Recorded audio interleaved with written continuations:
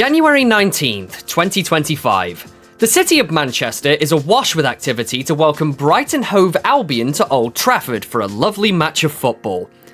To anyone who isn't a Manchester United fan, you may wheeze with laughter now.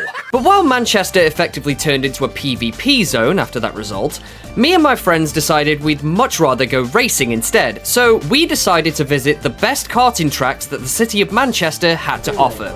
Subscribe to PericoKarting! Yay, she said the line! First stop, TeamSport Manchester Trafford Park, for a 50-lap race at 8 in the bloody morning. One thing to note, this absolute demon showed up for this one too. And if you don't recognize this kid, he's the guy I spent the entirety of my last Coventry race defending from. And he is absolutely not taking the result of that race lightly. Fortunately for me though, thanks to random grid starts, I've been placed P2, directly behind Mango. So all I have to do is overtake Mango, and then defend for my life. Sounds easy enough, right?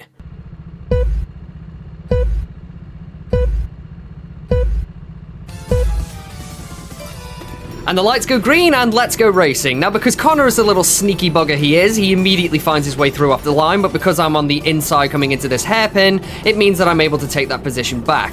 He kind of does start creeping ahead before this corner here, but fortunately I get to force him out and maintain P2, which is a solid start for now. Now, Mango being one of my most fierce competitors in these races means that I actually have a lot of work in order to catch up to him, but one thing that's immediately apparent is the fact that my kart is quite a lot better than his is. Now, there's a lot of discrepancies at rental karting tracks, that's just a given. Petrol discrepancies are massive by comparison. Look at how much I'm gaining on Mango here, so I know I have the advantage. All I need to do is find the gap, because Mango will defend the lead like crazy if he has to.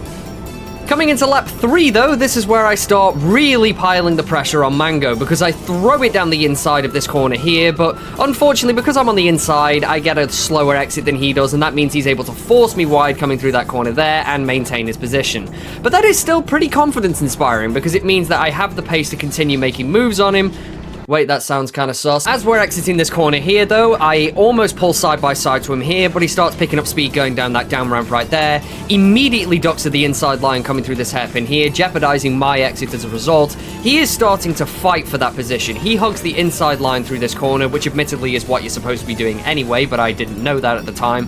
But I'm still sticking to the back of him as much as I can. He's trying to slow me down the best he can, but the biggest mistake he makes is he goes wide through this corner here, and I get a much better entry into the next corner, accidentally giving me a little bit of a nudge, but that means I'm able to pull alongside him here, get the move done, and accidentally send him really wide in the process.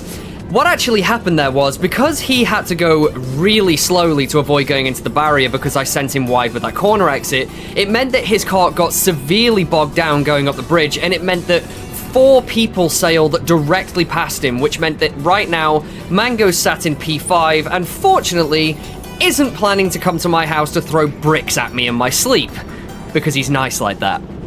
However, now that I'm finally past Mango, things sort of wind down for a little bit in this race. I am just kind of relaxing, enjoying myself, knowing that I am very much in the lead, and since Mango has been taken out of contention by my move, it means that I can really focus on what I'm doing. Or at least, that's what I thought. Yes, the prodigal son has finally worked his way so far up the grid that he's now launching attacks on me. And unfortunately, this means that now I must pull off yet another defensive drive if I have any hope of defending against this kid. However, this presents a problem, because the astute of you will notice that I'm actually wearing a new suit and gloves. And of course, that also means I'm wearing a new helmet. I look amazing. The problem is, I don't have my 360 camera, which made making this video slightly more complicated than it needed to be. But the bottom line is, this kid's chasing me now, and I need to do my usual nonsense to keep him behind me. One of the most critical aspects of my success here depends entirely on these 2 corners. I have to keep my lines tight to stop him from getting the inside here and basically butchering me like I did with Mango.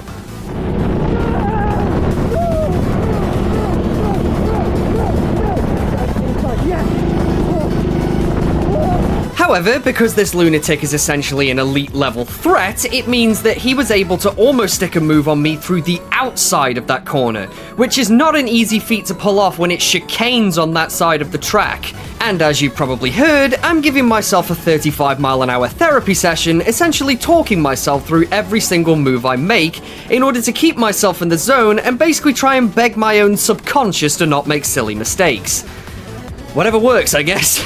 However, this approach didn't seem to work all of the time, because on lap 28, here's me making a critical mistake coming through this corner.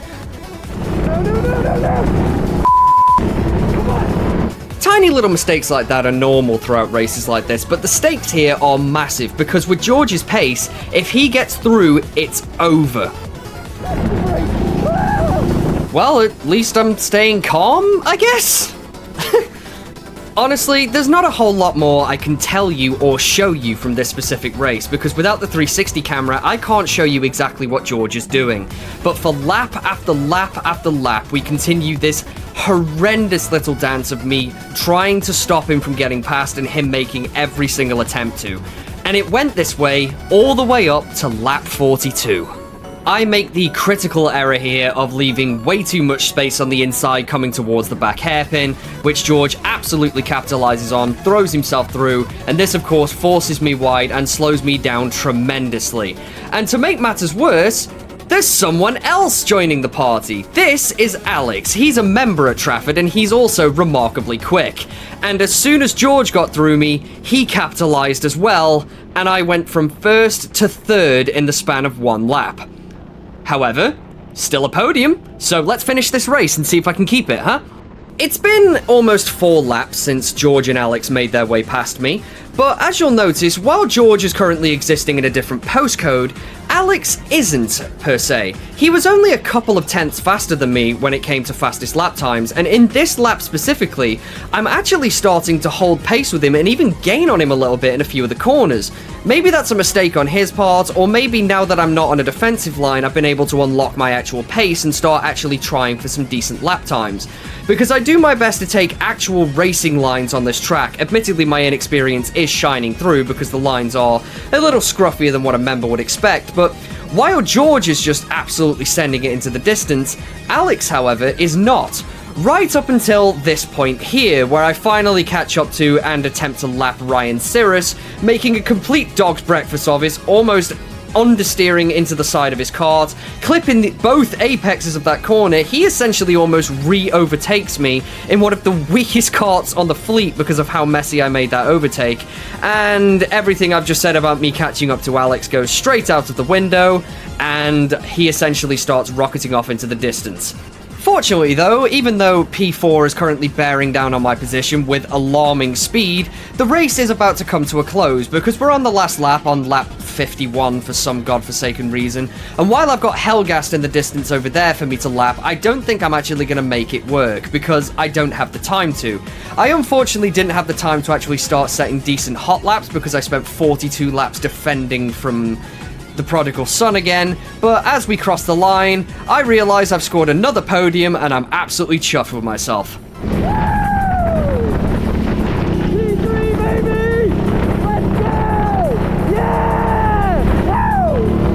I'm particularly happy with the results of this one because, to be honest, I didn't have a whole lot of confidence going into this one.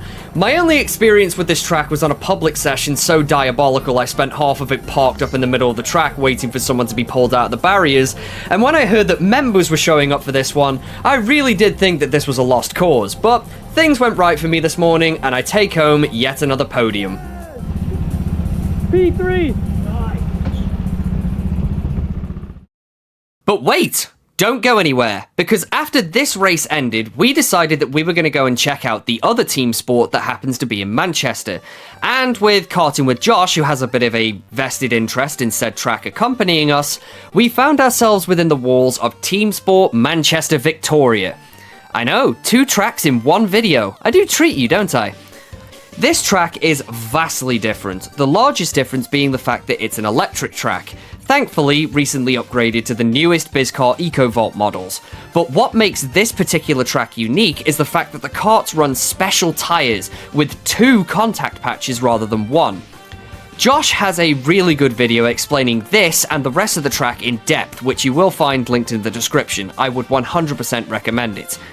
Now, as the clock ticks over to 14:05, Writers United concedes the first goal and Old Trafford turns into the Warzone gulag, we all head out and get our first impressions of Manchester Victoria.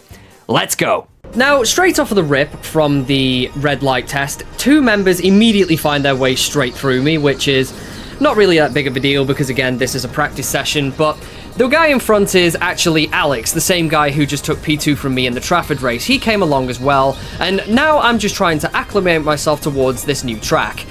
I have long had a bit of contention with electric karts, but I've been getting better at them as more sessions go by.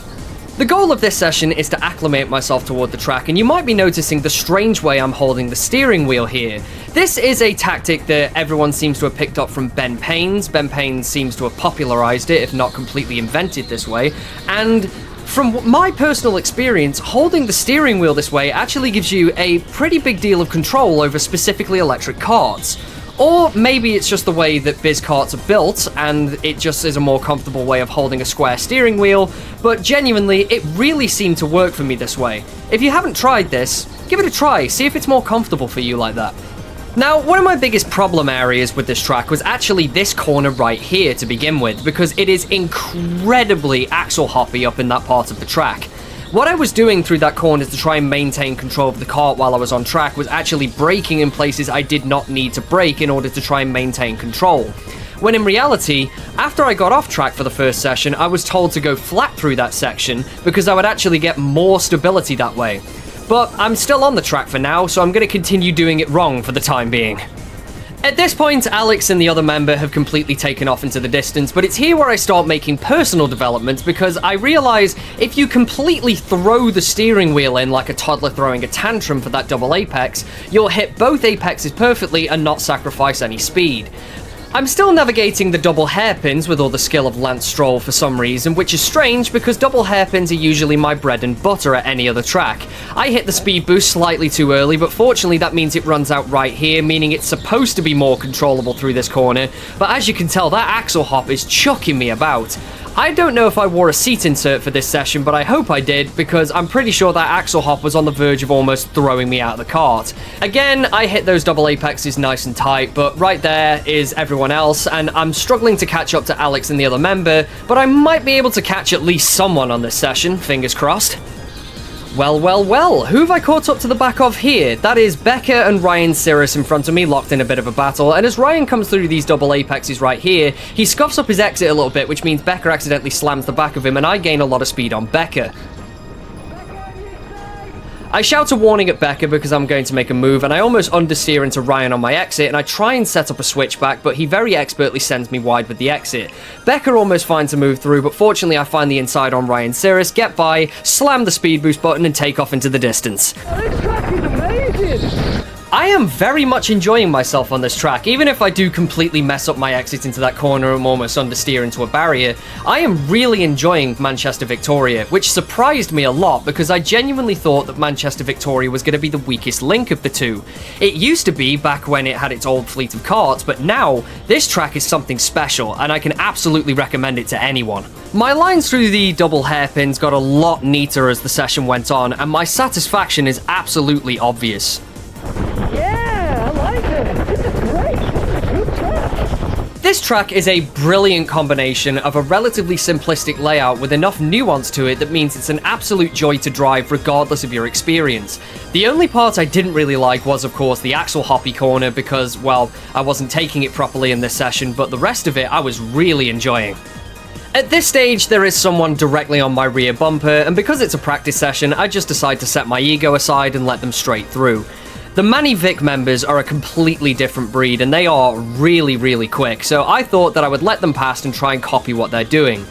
Inevitably, they're taking that corner slightly better than I am, even if they are making mistakes themselves, and I do what I can to cling on to the back of this person's kart. But because everyone on track was absolutely pace matched with the exception of a few who had just a couple of tenths on the rest of us, this person is probably going to disappear into the distance, but not as quickly as I expected them to. By this point, I've let a couple more members through, including our very own Karting with Josh up in the distance there, but as we sail past Axel Hoppy Corner, the lights go yellow because the session has come to an end. I really enjoyed this session, but we've still got a couple more to go, so I'm going to see if a different kart and a fresher outlook on the track when I get back on is going to help me to go any faster.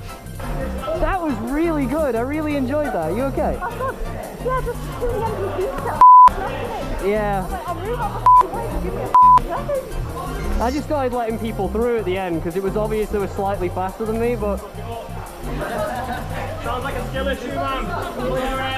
You got a banging lap time, bro, sir. That amusing comment aside, we really did get some banging lap times, and I actually set a fantastic time that I'm really happy with for my first session on that track. I set a 32.717, which was a really good time, and the entire session was spaced out by barely 8/10. With 0 incidents on track, and everyone going at the same pace, it meant that we got a lot more laps in than the marshals were ready for. For the sake of brevity, we're going to head straight back out on track for the second session, so let's see if I can improve on the 717. We're underway now, and if you'll notice in the distance, that right there is Helgast. Now, under normal circumstances, Helgast is one of the people that I usually end up catching up to and overtaking as far as the races go. I'm getting a little bit more comfortable on track, but I'm gonna try and make Helgast my target for this session because, wow, he genuinely surprised me this session. He absolutely blew me out of the water with how well he did. Let's come around this corner, and where is he? Oh dear God, he's getting further away. Helgast's pace in this session was absolutely unrivaled and genuinely impressive. At this point, I'm trying to get used to the concept of going flat out through the Axel Hoppy corner, but Helgast has this session on lock, and I am really struggling to make any kind of ground on him. He's actually pulling away. One of the things I picked up in the middle of this session was how to navigate this double apex with a guaranteed level of success by throwing the steering wheel in twice, once right before the first apex and once right before the second apex, which meant that I could force rotation in that kart a lot quicker than I would just by steering once and hoping for the best. I don't know if this is the correct way of doing it, but it was the way that was working for me. Unfortunately for me, it's not really helping me gain on Helgast, who every single time I come around that corner, he is further and further and further away up that up-ramp. The most impressive thing that Helgast pulled off this session was, if you keep an eye on the top of your screen, you'll notice him actually overtaking someone going through the double apexes. Now, what makes this particular overtake rather special is the fact that the person he's just overtaken is actually the 3rd fastest member racing at that track, and he just breezed by them like it was absolutely nothing. Helgast was unstoppable this session, and in between this and our little battle in Sheffield, it really reminded me that Helgast has some genuine talent tucked away. Now, I have been slowly chipping away at this person's lead on me bit by bit as the laps go by, but because our lap differences are so marginal, I'm probably not going to be able to catch up to the back of them and make a move. However, I have acclimated to this track beautifully. I've started to figure out every little part of it. I've started to hit the apexes tighter than I had before. I started to go flat out through the Axel Hoppy corner, which meant that I wasn't losing time up there. I made a significant pace increase in this session, and I'm very happy with myself because normally I'm not very good in these electric karts, so this was a big step up for me here. After some absolutely locked-in hot lapping here, I've caught up a significant amount to this person here, but unfortunately, the session will come to a close before I'm able to get within striking distance. We come through these last few corners, and as I'm trying my best to stick to the back of this person, the lights go yellow, and I'm unfortunately forced to pull into the pits and concede this battle. It was still a good chase, and I got some really good times in there, and I'm very, very happy with how that session went. You were absolutely on fire that session. You were chef. I couldn't keep up with you. I started gaining for a little bit and then you just found pace and you were gone. He's not the only one who found pace though, because I actually managed to set a 32.506 in that session, which was a 2/10 increase from the first session and progress I am very happy about. However, we've got one more session to go, and the bright minds behind this third session decided it would be fun to do it as a grid-started race. And for the sake of brevity, I'm gonna tell you how that went. I got jumped off the line, Josh made it past me, JB took off into the distance, I couldn't keep up, and I finished P4. There wasn't really a whole lot that happened in that session that warranted putting in the video, so I just thought, hey, let's just keep it brief, and then I can wrap this up and give you my closing thoughts on the day. So while Manchester's own football team were busy disappointing tens of thousands of people in real time, I'm sorry, I'll stop bringing that up now, Manchester's karting scene definitely provided us all with a thrilling experience. The Trafford Park 50-lap race gave me the opportunity to battle with one of the most talented drivers I've ever shared a track with, all over again, and Victoria was a fantastic injection of confidence in the field of electric karts, with me setting a time that was 17th fastest overall, and, as a fun bonus, they put my name on the celebrities leaderboard. I can't get over how funny this is. I also bumped into numerous people at both tracks who recognised me, which was, as always, a special experience. Thank you all for your support, and as promised, I'll give a shout out to Ollie Karting here. Good to meet you, dude. Regardless, it was another brilliant weekend with my friends and several other incredibly worthy competitors, and the trip was absolutely worth it. I went home that night with my P3 trophy tucked in my bag feeling great, because weekends like this are what it's all about. Now, the next race I compete in will be at High Wycombe, which is one of the tracks ever made. It was an interesting one, let's put it that way, so stay tuned for that. Thank you all, as always, for watching, and I'll see you in the next video. Until next time.